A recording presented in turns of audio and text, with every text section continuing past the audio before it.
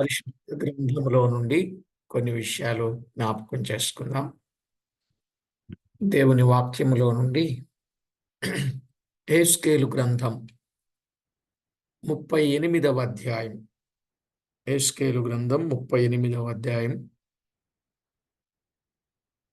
1 నుండి 17 వచనాలు. హెస్కేలు గ్రంథం 38వ అధ్యాయం 1 నుండి 17 వచనాలు చదువుతున్నాను. శ్రద్ధతో వినండి. మరియు యెహోవా వాక్కు నాకు ప్రత్యక్షమై ఇలాగు సెలవిచ్చెను. నరపుత్రుడా, మాగోగు దేశపు వాడగు గోగు అనగా రోషునకును మెషకునకును తుబాలునకును అధిపతి అయిన వాని తట్టు అభిముఖుడవై అతని గూర్చి ఈ మాట ఎత్తి ప్రవచింపు. ప్రభువైన యెహోవా సెలవిచ్చున్నదేమనగా, రోషునకును మెషకునకును తుబాలునకును అధిపతియగు గోగు, నేను నీకు విరోధినయున్నాను. నేను నిన్ను వెనుకకు త్రిప్పి నీ దవడలకు గాలములు తగిలించి నిన్నును నీ సైన్యమంతటిని గుర్రములను నానా విధములైన ఆయుధములు ధరించు నీ రౌతులనందరినీ కవచములను డాలును ధరించి ఖడ్గములు చేత పట్టుకొని వారినందరినీ మహాసైన్యముగా బయలుదేరదీసెదను. నీతో కూడిన పారసీక దేశపు వారిని, కూషీలను, పూతు వారినందరినీ, డాళ్లను, శిరస్త్రాణములను ధరించు వారినందరినీ నేను బయలుదేరదీసెదను. గోమెరును అతని సైన్యమంతయును, ఉత్తర దిక్కులలో నుండు తోగర్మాయును అతని సైన్యమును, జనములనేకములు నీతో కూడా వచ్చును. నీవు సిద్ధముగా ఉండుము. నీవు సిద్ధపడి నీతో కూడా కలిసిన సమూహమంతటిని సిద్ధపరచుము. వారికి నీవు కావలి అయి ఉండవలెను. చాలా దినములైన తరువాత నీవు శిక్ష నొందుదువు. సంవత్సరముల అంతములో నీవు ఖడ్గము నుండి తప్పించుకొని ఆయా జనములలో చెదరిపోయి ఎడతెగక పాడుగా ఉన్న ఇశ్రాయేళ్ల పర్వతముల మీద నివసించుటకై మరలా సమకూర్చబడిన జనుల యొద్దకును, ఆయా జనులలో నుండి రప్పించబడి నిర్భయముగా నివసించు జనులందరి యొద్దకును నీవు వచ్చెదవు. గాలివాన వచ్చినట్లు, మేఘము కమ్మినట్లును నీవు దేశం మీదకి వచ్చెదవు. నీవును నీ సైన్యమును నీతో కూడిన బహుజనమును దేశం మీద వ్యాపింతురు. ప్రభువైన యెహోవా సెలవిచ్చినదేమనగా, ఆ కాలమందు నీ మనసులో అభిప్రాయములు పుట్టును. నీవు దురాలోచన చేసి ఇట్లనుకొందువు, నేను ప్రాకారములు లేని గ్రామములు గల దేశం మీదకి పోయేదను. ప్రాకారములను అడ్డగడియలను గౌనులను లేని దేశం మీదకి పోయేదను. నిమ్మళముగాను నిర్భయముగా నివసించు వారి మీదకి పోయేదను. వారిని దోచుకొని కొలసొమ్ముగా పట్టుకొనుటకై పూర్వము పాడై మరలా నివసింపబడని స్థలముల మీదకి తిరిగిపోయేదను. ఆయా జనములలో నుండి సమకూర్చబడి పశువులను సరుకులను కలిగి భూమి నట్టనడుమ నివసించు జనుల మీదకి తిరిగిపోయేదను. సెబావారును దదానువారును తర్షీషు వర్తకులను కుదమసింహముల వంటి వారైన దాని వారందరూ నిన్ను జూచి చొమ్ము దోసుకొనుటకు వచ్చితివా? దోపు దోసుకొనుటకు సైన్యము సమకూర్చితివా? బహుగా దోపు దోచుకొని వెండి బంగారములను, పశువులను, సరకులను పట్టుకొని పోవుటకు చాలా దోపుడు దోచుకొనుటకు వచ్చితివా అని నిన్నడుగుదురు. కాగా నరపుత్రుడా, ప్రవచనమెత్తి గోగుతో ఇట్లను, ప్రభువైన యెహోవా సెలవిచ్చినదేమనగా, నా జనులకు ఇశ్రాయేలీయులు నిర్భయముగా నివసించు కాలమున నీవు తెలుసుకొందువు గదా. ఉత్తర దిక్కున దూరముననున్న నీ స్థలములలో నుండి నీవును నీతో కూడా జనములనేకములను గుర్రములెక్కి బహు విస్తారమైన సైన్యముగా కూడివచ్చి మేఘము భూమిని కమ్మినట్లు ఇశ్రాయేలులకు నా జనుల మీద పడెదరు. అంత్యదినములందు అది సంభవించును. అన్యజనులు నన్ను తెలుసుకున్నట్లు నిన్ను బట్టి వారి ఎదుట నన్ను నేను పరిశుద్ధపరచుకుని సమయమున గోగు, నేను నా దేశం మీదికి నిన్ను రప్పించెదను.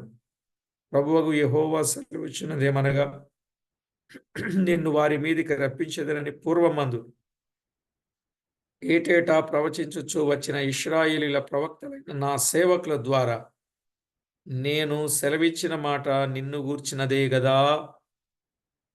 చదవబడిన ఈ లేఖనం కొరకై ప్రార్థన చేసి వాక్యాన్ని ధ్యానం చేద్దాం. దయచేసి ప్రార్థనలో ఏకీభవించండి. మహామహిమ కలిగిన మా దేవా, మహోన్నతుడవైన మా ప్రియ ప్రభువా, సర్వాధికారి, సర్వశక్తి సంపన్నుడా, జీవాధిపతి, కనికర సంపన్నుడా, మీ ఘననామానికి స్తోత్రము చెల్లిస్తున్నాం. మీ ప్రభావ మహాత్యమును బట్టి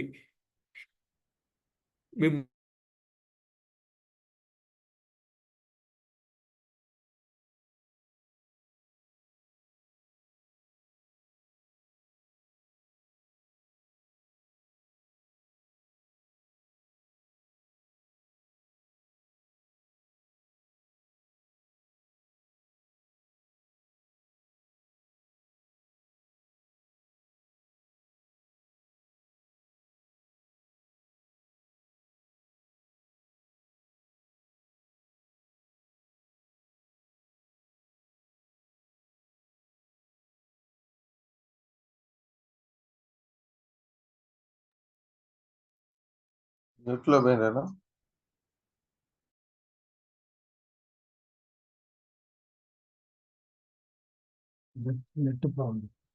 నెట్ ప్రాబ్లం నానా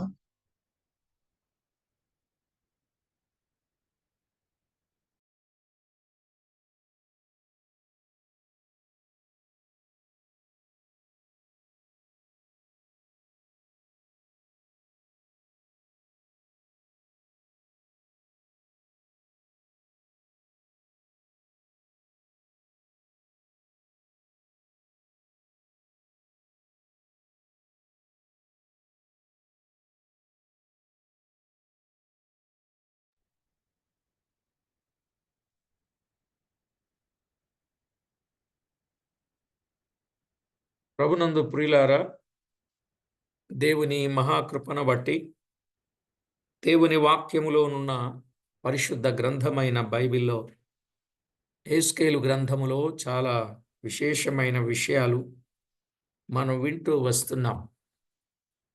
38వ అధ్యాయములో ముఖ్యముగా గొప్ప యుద్ధం,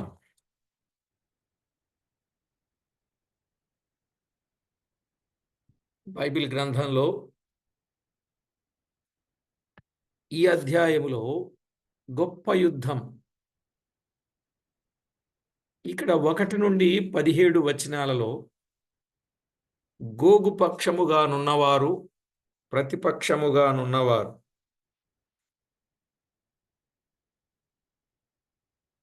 గోగు పక్షముగానున్నవారు, ప్రతిపక్షముగానున్నవారు, అలాగునని 18 నుండి 23 వచనాలు గోగుకు కలుగబోవు శిక్ష, గోగుకు కలుగబోవు శిక్ష.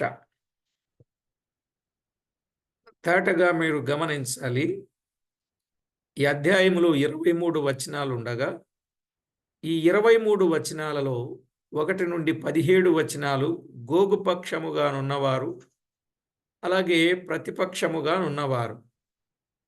18 నుండి 23 వచనాలు గోగుకు కలుగబోవు శిక్ష. పక్షముగానున్నవారు, ప్రతిపక్షముగానున్నవారు. యెహెజ్కేలు ఇశ్రాయేలీలను గూర్చి, అన్యజనులను గూర్చి మాట్లాడుచూ ఉన్నాడు. ఇక్కడ యెహెజ్కేలు ఇశ్రాయేలీలను గూర్చి, అన్యజనులను గూర్చి మాట్లాడుచూ ఉన్నారు. ఇక్కడ మనము 1 నుండి 24 అధ్యాయాలలో ఇశ్రాయేలీయుల యొక్క పాపము, శిక్ష. ఏమండి, 1 అధ్యాయము నుండి 24 అధ్యాయాలలో ఇశ్రాయేలీయుల యొక్క పాపము, శిక్ష. అలాగే 25 నుండి 32 25 నుండి 32 అధ్యాయాలలో 7 అన్య రాజ్యాలు, వాటి పాపము, శిక్ష. 7 అన్య రాజ్యాలు, వాటి పాపము, వాటి శిక్ష. ఇక 37 నుండి 39 అధ్యాయాలలో 33 నుండి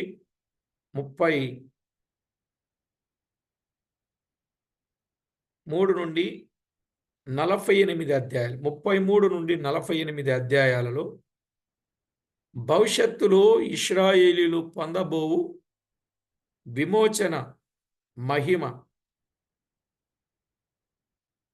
33 నుండి 48 అధ్యాయాలలో భవిష్యత్తులో ఇశ్రాయేలీలు పొందబోవు విమోచన మహిమ. అయినను 37 నుండి 39 అధ్యాయాలలో ఇశ్రాయేలీలకు అన్యజనులకు జరుగు యుద్ధము వ్రాయుచు అనేక అన్య రాజ్యములను గూర్చి వ్రాయుచున్నాడు. గమనించారా? 37 నుండి 39 అధ్యాయాల్లో ఇశ్రాయేలీలకు అన్యులకు జరుగు యుద్ధమును వ్రాయిచు అనేక అన్య రాజ్యములను గూర్చి వ్రాయిచున్నాడు.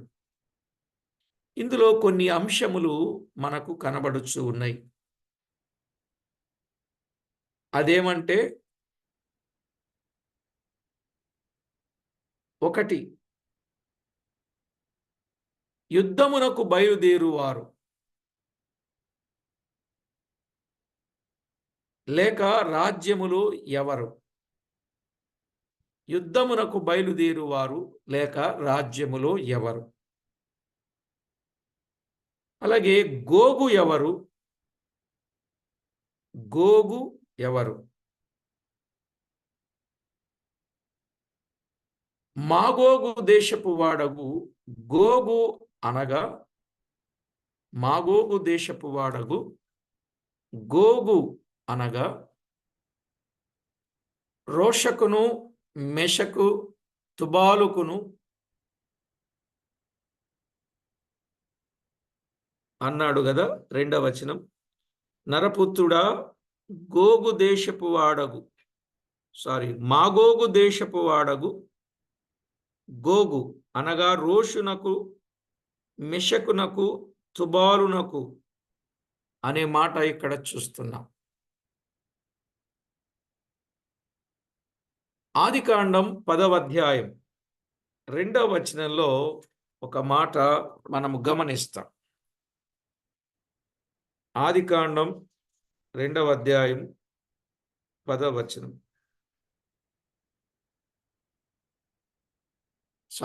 10వ అధ్యాయం 2వ వచనం. యాపేతు కుమారులు గోమేరు, మాగోగు, మాదయి, యావాను, తుబాలు, మెషకు, తీరస్సు అనువారు. యాపేతు కుమారులు గోమేరు, మాగోగు, మాదయి, యావాను, తుబాలు, మెషకు, తీరస్సు అనువారు. గోగు యాపేతు నుండి వచ్చినవాడు. గోగు యాపేతు నుండి వచ్చినవాడు. అతని నుండే రోషకు అనగా రష్యా అని చెప్పుదురు. రోషకు అనగా రష్యా అని చెప్పుదురు. గోగు అనగా, రోషు అనగా రష్యాకు సంబంధించిన వాడు. గోగు అనగా, రోషు అనగా రష్యాకు సంబంధించిన వాడు. రోష్ అనగా రష్యా పాత పేరండి. రోష్ అనగా రష్యా పాత పేరు. మెషకు అనగా మాస్కో. మెషకు అనగా మాస్కో. రష్యాకు పశ్చిమ కేంద్రమై ముఖ్యమైన పట్టణం.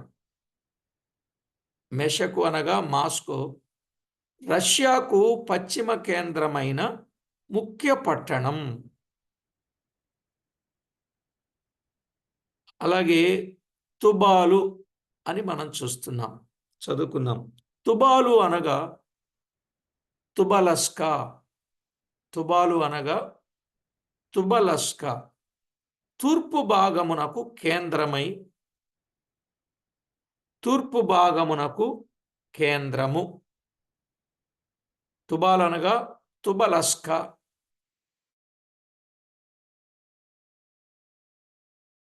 తూర్పు భాగమునకు కేంద్రము. మెషకు తుబాలు కూడా యాపేతు యొక్క కుమారులే. మెషకు తుబాలు కూడా యాపేతు యొక్క కుమారులే. 10వ అధ్యాయం 2వ వచనంలో చూచాం. యాపేతు కుమారులు గోమెరు, మాగోగు, మాదయి, యావాను, తుబాలు, మెషకు, తీరస్సు అనువారు. ఇక్కడ మనకి కనబడాల్సింది యోవాను, తీరస్సు కనబడలేదు. గోమెరు, మాగోగు, తుబాలు, మెషకు కనబడుతున్నారు. సరే, మెషకు తుబాలు కూడా యాపేతు యొక్క కుమారులేని మనం చదువుకున్నాం. ఈ మూడు ఒకే దేశం. ఆ దేశముతో పాటు బయలుదేరు దేశములు. ఆ దేశముతో పాటు బయలుదేరు దేశములు లేక రాజ్యములు. మీతో పాటు పారసీక దేశపు వారు అన్నాడు 5వ వచనం. మీతో పాటు పారసీక దేశపు వారు. 5వ వచనం.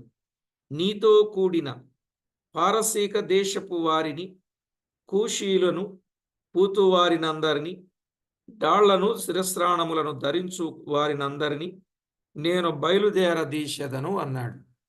ఇక్కడ పారసీక దేశం, పారసీక దేశం, పారసీకులు, పారసీక దేశం అనగా ఇరాన్ వారు.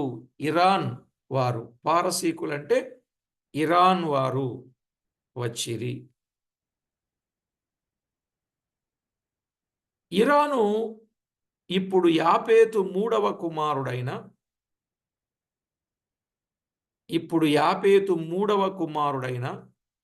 యోదయ మాదీలలో నుండి వచ్చిన పారసీకులు వచ్చిరి. యోదయ మాదీలలో నుండి పారసీకులు వచ్చిరి. అలాగే పూతువారు. ఈ పూతువారు యెరూహాము సంతతివారు. పూతువారు యెరూహాము సంతతివారు. ఆదికాండం 10వ అధ్యాయం. ఆదికాండం 10వ అధ్యాయం 6వ వచనం. హాము కుమారులు కూషు, మిశ్రాయిము, పూతు, కనాను అనువారు. హాము కుమారులు కూషు, మిశ్రాయిము, పూతు, కనాను వారు. అర్థమైందండి? ఈ పూతు వారు యెరూహాము, హాము సంతతి వారు. వీరు కూడా 2 దేశములుగానున్నట్లు చూపుచున్నది. వీరు కూడా 2 దేశములుగానున్నట్లు చూపుచున్నది. ఒకటి లిబియా దేశం, ఒకటి లిబియా దేశం. 2 కూషు దగ్గరనున్న పూతు అనగా కూషీలు. కూషు దగ్గరనున్న పూతు అనగా కూషీలు. వీరును హాము సంతతి వారు. మనం ఆదికాండం 10:6లో ఇది ఇథియోపియా దేశమని పిలువబడుచున్నది. కూషువారుండే దేశం ఇథియోపియా దేశమని పిలువబడుచున్నది. ఇథియోపియా దేశమని పిలువబడుచున్నది. దాన్ని ఇథియోపియా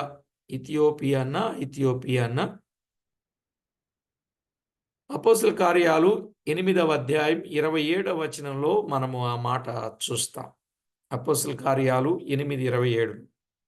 కందాకే క్రింద మంత్రి అయిన ఆయన ఇథియోపియా దేశమునకు చెందినవాడు. ఇది ఆఫ్రికా ఖండములో ఉన్నది.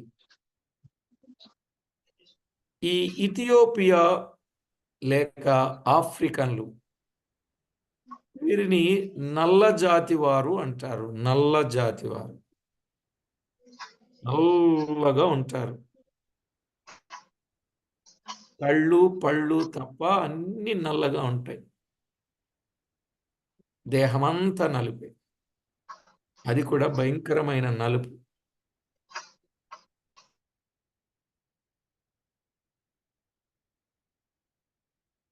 గోమేరులు యాపేతు సంతతికి చెందినవారు. గోమేరులు అనేవారు యాపేతు సంతతికి చెందినవారు. ఆదికాండం 10:2. ఈ గోమేరులుండే ప్రదేశం ఇది జర్మనీ దేశమని పిలువబడుచున్నది. ఇది జర్మనీ దేశమని పిలువబడుచున్నది. మీరు గుర్తుపెట్టుకోవాలా, ఒక్కొక్కరు ఏ దేశానికి చెందినవారు. ఇది జర్మనీ దేశమని పిలువబడుచు. అలాగే 38వ అధ్యాయం 6వ వచనములో గోమేరును అతని సైన్యమంతయును ఉత్తర దిక్కులలో నుండు తోగర్మాయును అతని సైన్యమును జనములనేకములు నీతో కూడా వచ్చును అన్నాడు. 5వ వచనంలో పారసిక దేశపు వారిని కూషీలు పూతువారు మనం విన్నాం. 6వ వచనంలో గోమేరులంటే యాపేతు సంతతికి చెందిన వారు. ఇది జర్మనీ దేశం. ఇంకక్కడే తోగర్మ ఈ తోగర ఆదికాండం 10వ అధ్యాయం 3వ వచనంలో గోమేరు కుమారులు అష్కనజు, రీఫతు, తోగర్మ అనువారు. ఈ తోగర్మ అనివారు ఇది టర్కీ దేశమును పిలువబడుచున్నది. టర్కీ దేశం ఇది ఇశ్రాయేలునకు ఉత్తర భాగములోనున్న దేశం. ఇవన్నీ కలిపి ఇశ్రాయేలీల మీదికి వచ్చును. దేవుడు ఎప్పుడు చెప్పాడో చూడండి.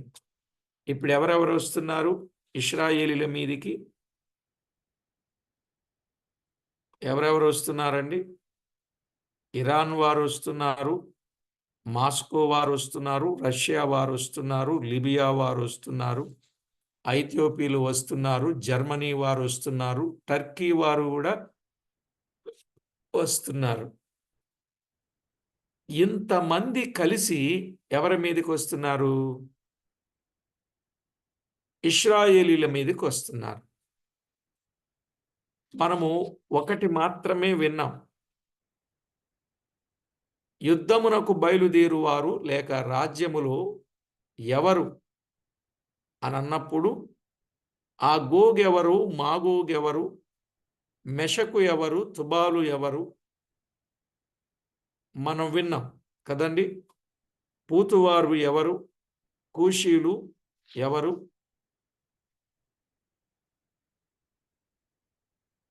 గోమేరులు ఎవరు, తోగర్మా వారు ఎవరు అనే విషయాలు విన్నాం. చెప్తారా అడిగితే? వారెవరు, వీరెవరు, ఏమండి మీరెవరు?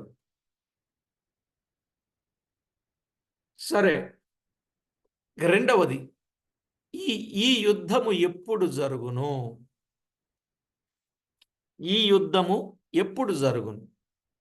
రెండవది ఈ యుద్ధము ఎప్పుడు జరుగును?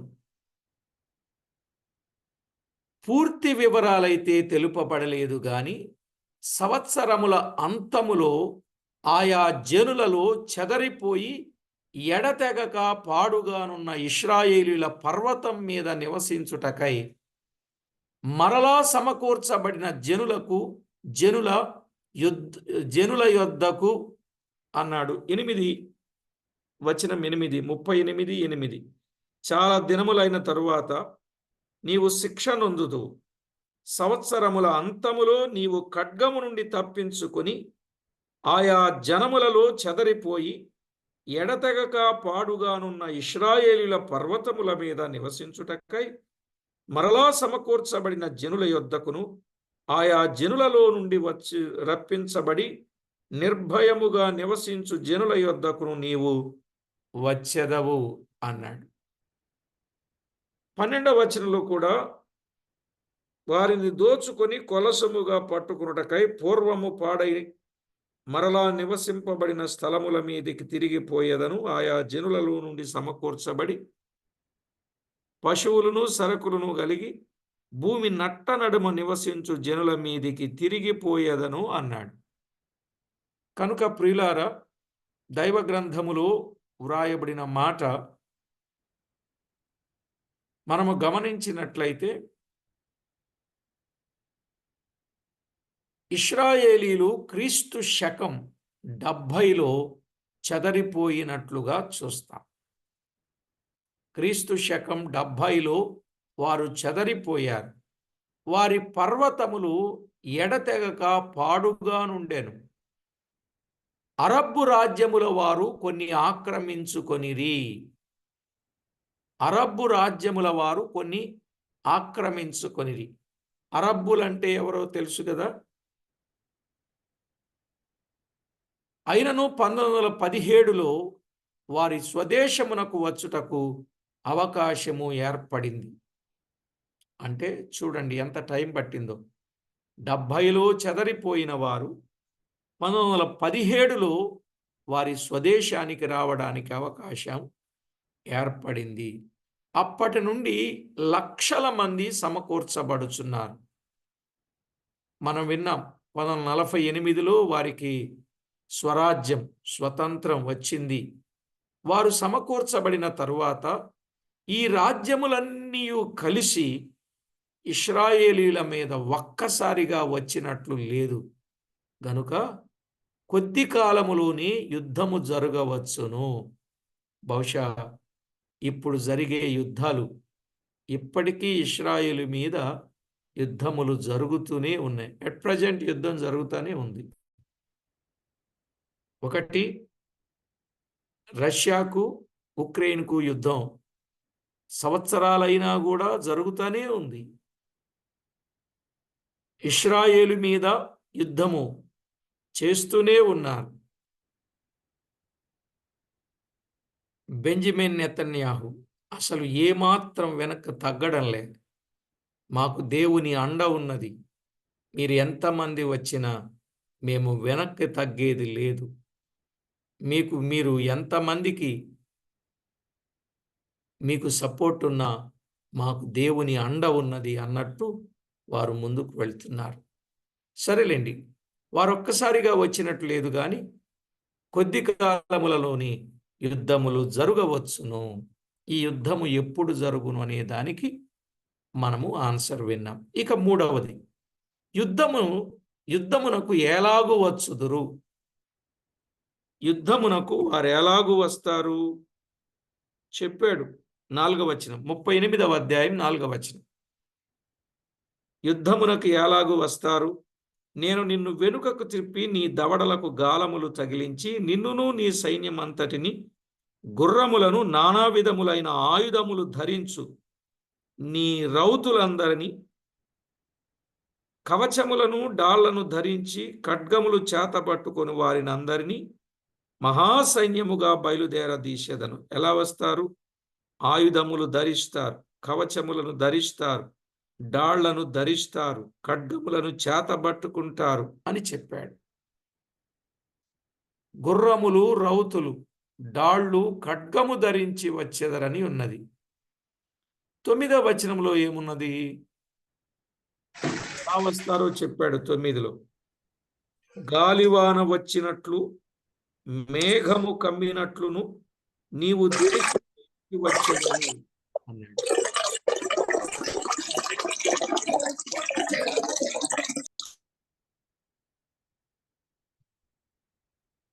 ఎలాగట? 9వ వచనం, గాలివాన వచ్చినట్లు. మనకి ఇప్పుడు గాలివాన లాగానే ఉన్నట్టుంది, వర్షం పడినట్టుంది.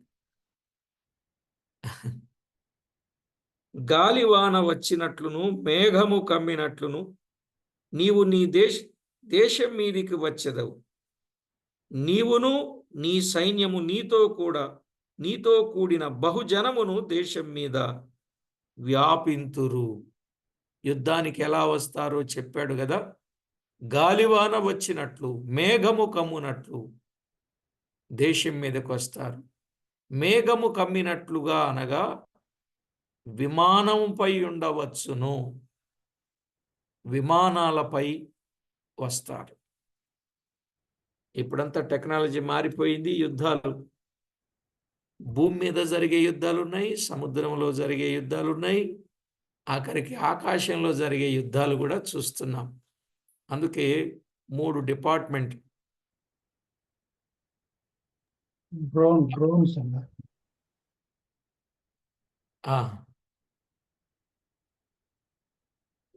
డ్రోన్ సహాయంతో కూడా యుద్ధాలు, అలాగే రాకెట్లు ఉన్నాయి, విమానాలు ఉన్నాయి. ఇలాగున రకరకాలుగా రేపు యుద్ధాలు జరుగుతాయి, ఇప్పటికే జరుగుతున్నాయి. ఇక 4వది, యుద్ధము ఎక్కడ జరుగును? యుద్ధము ఎక్కడ జరుగును? యుద్ధము ఎప్పుడు జరుగును? సంవత్సరముల అంతములో. యుద్ధము ఎలాగు జరుగును? యుద్ధమునకు ఎలాగు వచ్చుదురు? గుర్రములు, రౌతులు, ఖడ్గము, డాళ్ళు, ఖడ్గము ధరించి గాలివాన వచ్చినట్లు వస్తారు. యుద్ధము ఎక్కడ జరుగును? 12వ వచనం, వారిని దోచుకుని కొల్లసొమ్ముగా పట్టుకొనుటకై పూర్వము పాడై మరలా నివసింపబడిన స్థలముల మీదికి తిరిగిపోయేదను అన్నాడు. పూర్వము పాడై మరలా నివసింపబడిన స్థలముల మీదికి అన్నాడు. ఆయా జనములలో నుండి సమకూర్చబడి భూమి నట్ట నడుమ నివసించు జనముల మీదికి పోయేదను. 8వ వచనం, చాలా దినములైన తరువాత నీవు శిక్ష నొందుదువు. సంవత్సరముల అంతములో నీవు ఖడ్గము నుండి తప్పించుకొని ఆయా జనములలో చెదరిపోయి ఎడతెగక పాడుగానున్న ఇశ్రాయేలీల పర్వతముల మీద నివసించుటకై మరలా సమకూర్చబడిన జనుల యొద్దకును ఆయా జనులలో నుండి రప్పించబడి నిర్భయముగా నివసించు జనులందరి యొద్దకును నీవు వచ్చెదవు అన్నాడు. అర్థమైందండి? ఎక్కడికి? ఇప్పుడు చెప్పబడినట్లు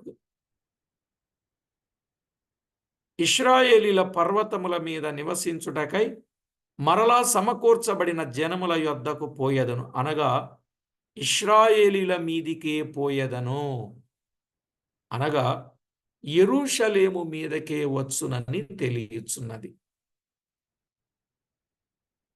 భూమి నట్టనడుమ నివసించే వారెవరండి? తెలుసా మీకు? ఇశ్రాయేలీలు. అంతే. భూమి నట్ట నడుమ నివసించువారు ఇశ్రాయేలీలే. మధ్యధరా సముద్రపు ఒడ్డున వారు నివసించుచూ ఉన్నారు. మధ్యధరా సముద్రపు ఒడ్డున వారు నివసించుచున్నారు. ఇక 5వ మాటకు వద్దాం. 5వ మాట, ప్రతిపక్షపు వారు అనే మాట మనం వింటున్నాం. ప్రతిపక్షపు వారు 13వ వచనం, సెబావారును, దదాను వారును, తర్షీషు వర్తకులను, కొదమసింహముల వంటి వారైన దాని వారందరూ నిన్ను చూచి, సొమ్ము దోచుకొనుటకు వచ్చితివా? దోచుకొనుటకు సైన్యము సమకూర్చితివా? బహుగా దోచుకొని వెండి బంగారములను, పశువులను, సరకులను పట్టుకొని పోవుటకు చాలా దోచుకొనుటకు వచ్చితివా అని నిన్ను అడుగుదురు అన్నాడు. ఇక్కడ మనము గమనిస్తే ప్రతిపక్షపు వారు ఎవరంటే షబావారు, దదాను వారు, తర్షీషు వర్తకులు అన్నాడు. తర్షీషు అనగా స్పెయిన్ దేశమందుండు కొదమ సింహముల వంటి వారు. స్పెయిన్ దేశమందుండు కొదమ సింహముల వంటి వారు. స్పెయిన్ తర్షీషు వారంటే ఎవరండి? మీరు గమనించారా? తర్షీషు జెండా మీద ఏముంటుంది? కొదమ సింహములు ఉంటాయి. కొదమ సింహం ఉంటుంది. జెండాలు ఎప్పుడైనా చూస్తే, అనగా బ్రిటిషు వారి జెండా మీద ఉండు చిహ్నము సింహపు గుర్తు అని చెప్పుదురు. షెబావారు, దదనువారు. బ్రిటిష్ వారి జెండా మీద ఉండు చిహ్నం సింహపు గుర్తు. రైట్. వారు ప్రతిపక్షపు వారు. ఎవరు? షెబావారు, దదానువారు, తర్షీషు వర్తకులు. ఇక 6వది యుద్ధము జరుగు విధానం.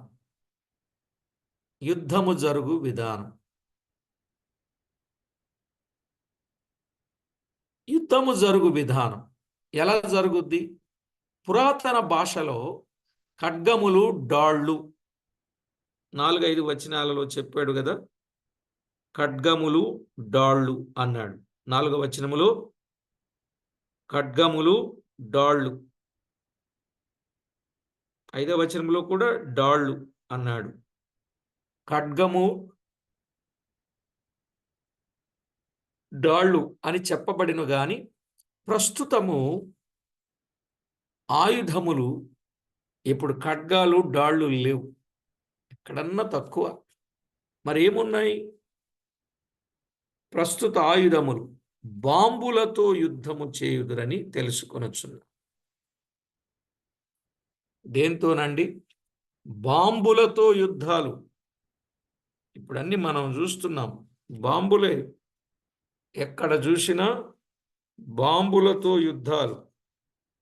ప్రియులారా, బాంబులతో యుద్ధాలు జరుగుతూ ఉన్నాయి. బాంబులంటే చూడండి, ప్రకటన గ్రంథం 9వ అధ్యాయం. ప్రకటన గ్రంథం 9వ అధ్యాయం 17-18 వచనం. మరియు నాకు కలిగిన దర్శనమందు ఎలాగు చూచితి, ఆ గుర్రములకును వాటి మీద కూర్చుండి ఉన్న వారికి నిప్పువలే ఎరుపు వర్ణము, నీలవర్ణము, గంధక వర్ణముల మైమరువులుండెను. ఆ గుర్రముల తలలు సింహపు తలల వంటివి. వాటి నోళ్లలో నుండి అగ్ని ధూమ గంధకములు బయలుదేరుచుండెను. వాటి నోళ్లలో నుండి చూడండి, వాటి నోళ్లలో నుండి అగ్నిధూమ గంధకములు బయలు వెడలుచుండెను. చూస్తున్నాం కదా బాంబులు వేసే యంత్రాలు. ఈ 3 దెబ్బల చేత, అనగా వీటి నోళ్లలో నుండి బయలు వెడలుచున్న అగ్నిధూమ గంధకముల చేత మనుషులలో 3వ భాగము చంపబడెను అన్నాడు. కనుక గుర్రముల యొక్క నోళ్ల నుండి అగ్నిధూమ గంధకములు బయలు వెళ్ళినట్లు తెలియచున్నది. ఏమండి? మామూలు గుర్రముల నోళ్ల నుండి అగ్నిధూమ గంధకములు రావు గనుక నేడు వాడబడుచున్న మారణాయుధములు అని తలంచాలి. చూడండి, అవి వెళ్ళాలంటే అప్పటికప్పుడు నీటి మీద వంతెన కూడా వేసేస్తున్నారండి. చూస్తూ ఉంటాం కొన్ని వీడియోస్. యుద్ధానికి వెళ్ళేవాళ్ళు అప్పటికప్పుడు అవి నడవడానికి వీలుగా వంతెన కూడా వేసేసుకుని దాటిపోయి అవతలకి వెళ్ళి యుద్ధాలు చేస్తున్నారు. కాబట్టి ఇది పరిస్థితి. ఇంకొక విషయం, 18-23 వచనాలు. ఎహెజ్కేలు గ్రంథం 18-23 వచనాలు చదువుతున్నా. ఆ దినమున గోగు ఇశ్రాయేలుల దేశం మీదికి రాబోవు ఆ దినమున నా కోపం బహుగా రగులుకొనును. ఇదే ప్రభువగు యెహోవా వాక్కు. కాబట్టి నేను రోషమును మహారౌద్రమును కలిగిన వాడనై ఇలాగూ ప్రమాణము చేసి తిని, ఇశ్రాయేలీల దేశములో మహాకంపము పుట్టును, సముద్రపు చేపలను, ఆకాశ పక్షులను, భూజంతువులను, భూమి మీద ప్రాకు పురుగులన్నీయు, భూమి మీద నుండు నరులందరూ నాకు భయపడి వణకుదురు. పర్వతములు నాశనమగును, కొండపేటులు పడును, గోడలన్నీయు నేలపడును. నా పర్వతములన్నింటిలో అతని మీదికి ఖడ్గము రప్పించదను, ప్రతివాని ఖడ్గము వాని సహోదరుని మీద పడును. ఇదే ప్రభువగు యెహోవా వాక్కు. తెగులు పంపి హత్య కలుగజేసి అతని మీదను, అతని సైన్యపు వారి మీదను, అతనితో కూడిన ఆ జనములనేకముల మీదను ప్రళయమైన వానను, పెద్ద వడగండ్లను, అగ్ని గంధకములను కురిపించి నేను అతనితో వ్యాజ్యమాడుదును. నేను యెహోవానై ఉన్నానని అన్యజనుల అనేకులు తెలుసుకున్నట్లు నేను ఘనత వహించి నన్ను పరిశుద్ధపరచుకొని వారి ఎదుట నన్ను తెలియపరచుకొందును అన్నాడు. ఈ 18 నుండి 23 వచనాలు గోగునకు కలుగబోవు శిక్ష. గోగునకు కలుగబోవు శిక్ష. ఇలాగు యుద్ధమునకు సమకూర్చబడగా దేవుడే తన ప్రజలైన ఇశ్రాయేలీల పక్షమున నుండాను. రోషము వహించి ఇశ్రాయేలీల మీదకు వచ్చిన రాజ్యములన్నింటినీ శిక్షించాను. ఇశ్రాయేలు దేశములో మహాకంపము పుట్టెను అన్నాడు కదా. నా పర్వతములన్నింటిలో అతని మీదికి ఖడ్గము రప్పించెదను అన్నాడు. ప్రతివాని ఖడ్గము వాని సహోదరుని మీద పడును అన్నాడు.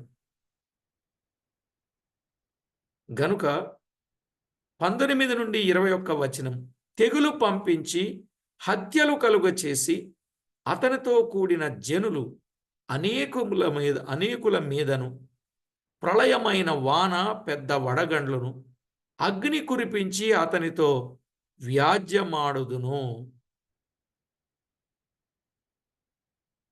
అని చెప్పాడు.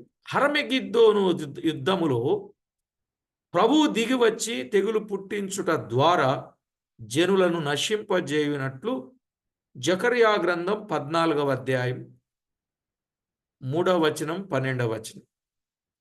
ఇది ఎప్పుడు జరుగుద్ది? హర్మగిద్దోను యుద్ధములో ప్రభువు దిగివచ్చి తెగులు పుట్టించుట ద్వారా జనులను నశింపజేసినట్లు జకర్యా గ్రంథములో చెప్పబడింది. అప్పుడు నేను యెహోవానై ఉన్నానని అన్యజనులు అనేకులు తెలుసుకున్నట్లు నేను ఘనత వహించుకొని నన్ను పరిశుద్ధపరచుకొని వారి ఎదుట నన్ను తెలియపరచుకొందును అన్నాడు. 23వ వచనం అదే చెప్పాడు. 36వ అధ్యాయం 23వ వచనం అదే చెప్పాడు. 37వ అధ్యాయం 28వ వచనం అదే చెప్పాడు. 23వ వచనంలో ఏముంది? నేను యెహోవానై ఉన్నానని అన్యజనులు అనేకులు తెలుసుకున్నట్లు నేను ఘనత వహించి నన్ను పరిశుద్ధపరచుకుని వారి ఎదుట నన్ను తెలియపరచుకొందును అన్నాడు. 36వ అధ్యాయం 23వ వచనంలో ఏమన్నాడండి? 36వ అధ్యాయం 23వ వచనం, అన్యజనుల మధ్య మీరు దూషించిన నా ఘనమైన నామమును నేను పరిశుద్ధపరచుదును. వారి ఎదుట మీ అందు నేను నన్ను పరిశుద్ధపరచుకొనగా నేను ప్రభువగు యెహోవానని వారు తెలుసుకొందురు. నేను ప్రభువైన యెహోవానని వారు తెలుసుకొందురు అన్నాడు.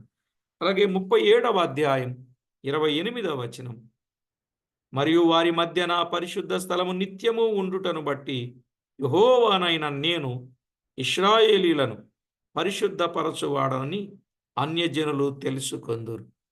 కనుక దేవుడు ఎవరో, ఆయన గొప్పతనం ఏమిటో తెలియని వారందరికీ కూడా ఇలాంటి పరిస్థితులు జరిగించి ఆయన తేటపరుచుకుంటాడు. ఇటు ఇశ్రాయేలీలకు గాని ఇటు అన్య జనాంగమునకు గాని దేవుడు ఏమై ఉన్నాడో తనను తాను తెలియపరచుకోవడానికి చాలా విషయాలు ఆయన జరిగించేవాడుగా ఉన్నాడనే సత్యాన్ని మనము గుర్తిస్తాం. కనుక 38వ అధ్యాయములో 7 ప్రశ్నలు మీరు తప్పనిసరిగా గుర్తుపెట్టుకోవలసినవి.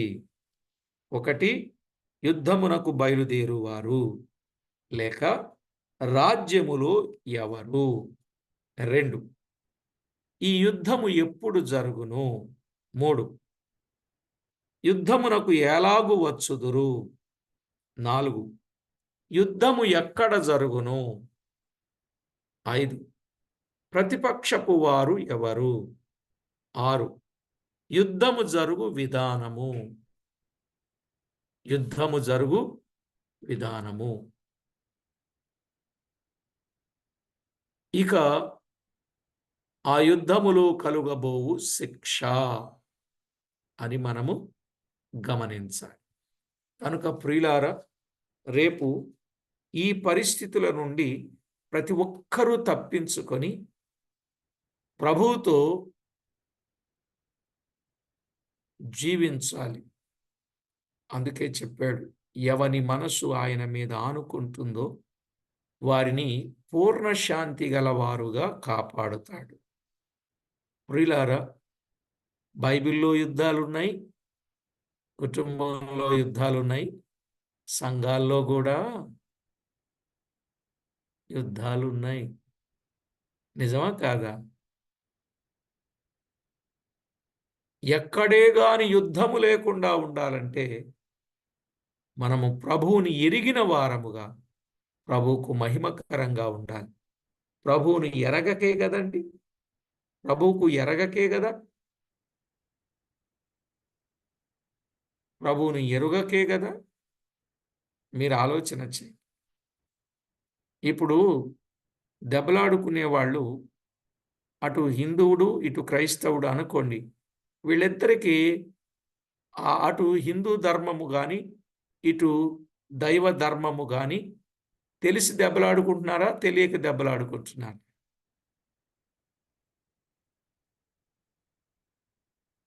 ఏమండి, తెలిసి దెబ్బలాడుకుంటున్నారా, తెలియక దెబ్బలాడుకుంటున్నారా? కానీ దేనిని బట్టి దెబ్బలాడుకుంటున్నారు? అటు ఆయనేమో హిందూ ధర్మం, ఇటేమో ఈయన దైవ ధర్మం.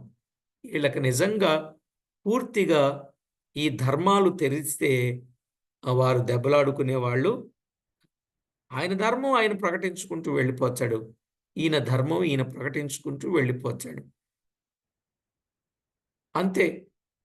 అప్పుడు ఎవరు ఎవరికి హాని చేయరు, హాని చేయరు. ఎవరి మీద ఎవరికి ఉండదు.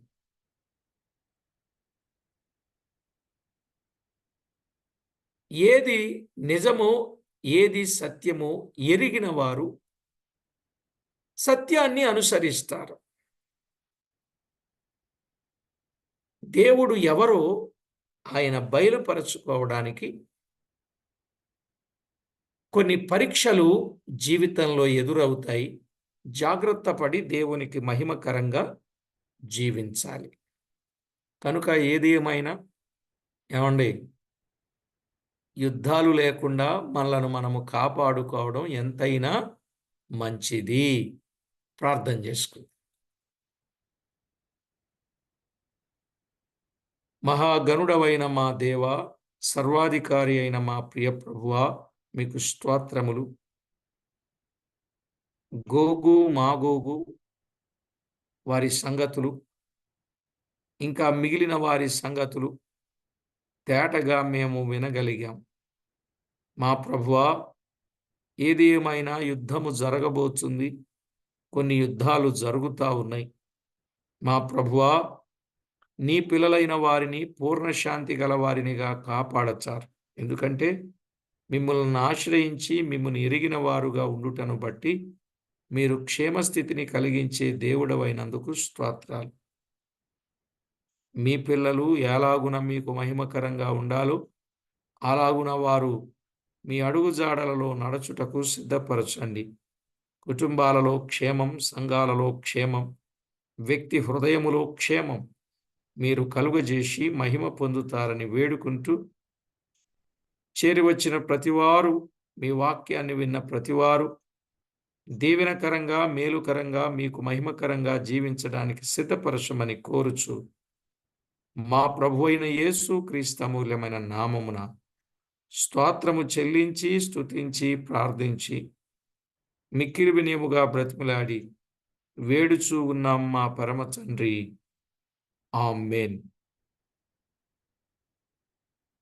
ప్రభునందు ప్రియులారా, నెమ్మదిగాను సుఖముగాను బ్రతుకు నిమిత్తము అందరి కొరకు అన్నిటి కొరకు ప్రార్థన చేయాలని చెప్పాడు తిమోతికి పౌలు. అలాగున మనము ఏయ్ ప్రార్థన చేస్తూ తినాలి. ప్రభువుకు మహిమకరంగా జీవించేవారుగా నీకోసం ఉండాలి. అమ్మ చదవ సిద్ధ